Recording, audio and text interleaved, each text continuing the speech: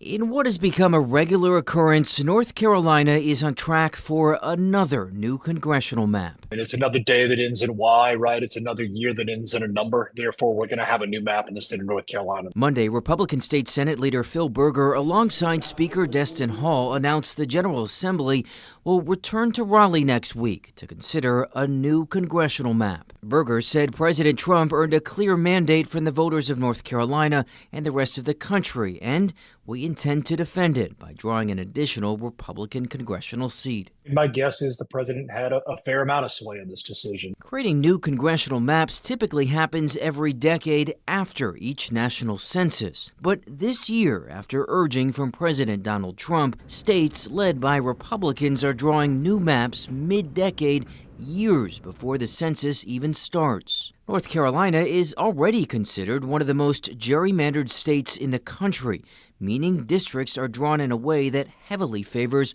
one party or another. In 2022, voters elected 7 Republicans and 7 Democrats to Congress from the state. But the Republicans who control the General Assembly then drew new district lines that resulted in GOP candidates winning 10 of the state's 14 U.S. House seats last year. Their new plan could result in the election of 11 Republicans and just 3 Democrats, targeting Democrat Don Davis, who now represents parts of eastern North Carolina, the state's only true toss-up district. They said, we think we can squeeze essentially one more Republican district out of the state.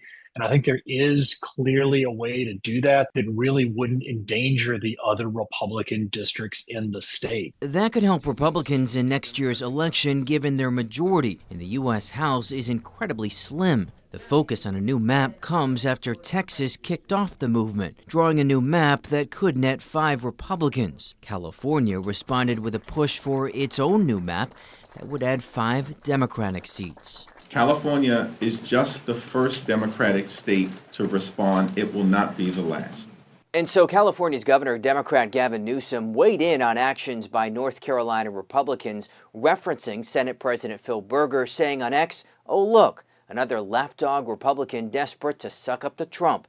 The GOP is rigging elections and trying to cover it up with lies."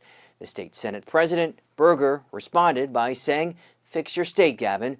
We'll continue making North Carolina great." And while gerrymandering is controversial, it's important to point out political gerrymandering specifically is legal, according to the U.S. Supreme Court.